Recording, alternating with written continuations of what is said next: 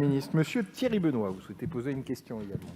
Merci, Monsieur le Président. Madame la Ministre, il est de notre responsabilité, tout au moins de la mienne, en tant que député, de dénoncer une situation.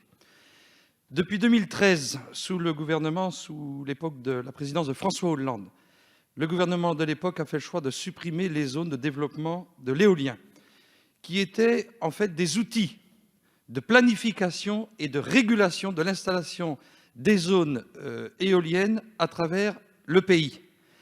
Depuis, qu'est-ce que l'on constate? Des sociétés à capitaux français ou à capitaux étrangers viennent installer un siège administratif dans un département. Ensuite, ils sortent le carnet de chèques, ils viennent voir les propriétaires fonciers, certains agriculteurs, certains maires, et ils installent les projets.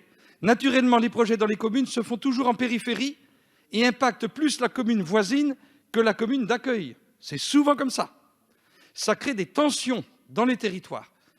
Je souhaite que le gouvernement soit alerté sur la nécessité de confier la responsabilité de l'installation de zonage dans les documents adéquats, plans locaux d'urbanisme intercommunaux, SCOT, donc planification des zones de développement de l'éolien, pour avoir un véritable outil de régulation.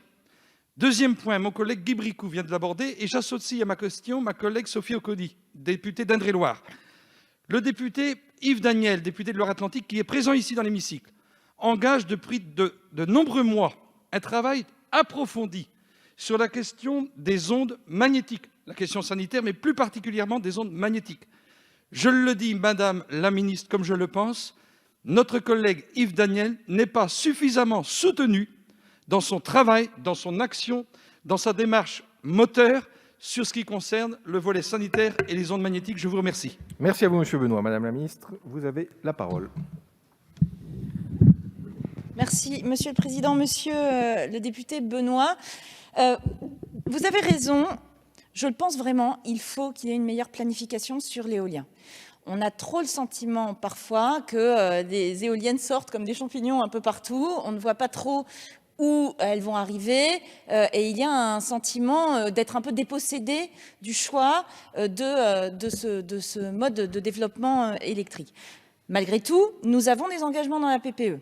Ces engagements, il faut les tenir. Donc après, comment fait-on pour concilier tout ça? Et pour faire en sorte aussi que chaque territoire prenne sa part, que ce ne soit pas toujours les mêmes qui prennent leur part. Donc pour cela, il faut une planification.